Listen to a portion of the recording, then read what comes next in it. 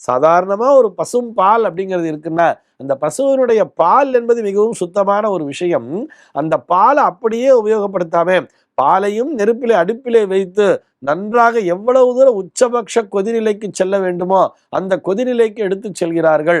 அப்பதானே அது நல்லா பொங்குது இல்லையா? பாலை நன்றாக காய்ச்சி அதனை கொண்டு வந்து ஆற வச்சு அதை புரையிடுதல் என்ற பெயர்ல ஒண்ணு செஞ்சு அதை தயிரா மாத்திரா.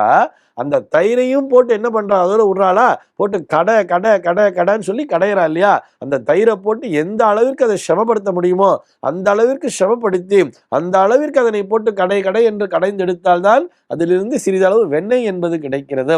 அந்த வெண்ணெயோட விட்டாளா, அந்த வெண்ணெயும் கொண்டு போய் நெருப்பிலே இட்டு அதனை காய்ச்சும் பொழுதுதான் அதிலிருந்து ஒரு பரிசுத்தமான பொருள், ஒரு நெய் என்கின்ற மிகவும் உயரிய பொருள் என்பது கிடைக்கிறது அல்லவா?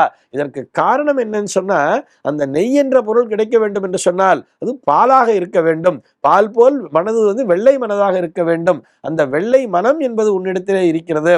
உன்னிடத்திலே தவறு என்பது எதுவுமே இல்லை. நீ உழைத்து கொண்டே இரு, அதற்கான பலனை எதிர்பார்க்காதே. நிச்சயமாக உனக்கு ஒரு நாள் பலன் என்பது கிடைக்கும். நான் ஏன் இது இந்த நேரத்தில் சொல்லிட்டு இருக்கேன்னு சொன்னா, இந்த நாள்ல இந்த யங்ஸ்டர்ஸ் எல்லாம் பார்த்தோம்னா யாரை பார்த்தாலுமே ஒரு ஃப்ரஸ்ட்ரேஷன் அப்படிங்கிறா, டிப்ரெஷனுக்குள்ள போயிட்டேங்கிறா, நான் நினைச்சது நடக்க மாட்டேங்குதுங்கிறா, இப்படி சொல்லிக்கொண்டே இருக்கிறார்கள் அல்லவா? இதையெல்லாம், இந்த வார்த்தைகளை எல்லாம் களைந்து விட்டு உங்களுடைய கடமைகளை சரிவர செய்து வாருங்கள். இந்த டிப்ரெஷன்கிற வார்த்தையும் சரி, இந்த ஃப்ரஸ்ட்ரேஷன்கிற வார்த்தை எதுவுமே யூஸ் பண்ணவே கூடாது. Always be positive. எப்பொழுதுமே நல்லதையே நினையுங்கள், கடுமையாக உழையுங்கள். நிச்சயமாக உங்களுடைய உழைப்பிற்கான பலன் என்பது கிடைக்கும்.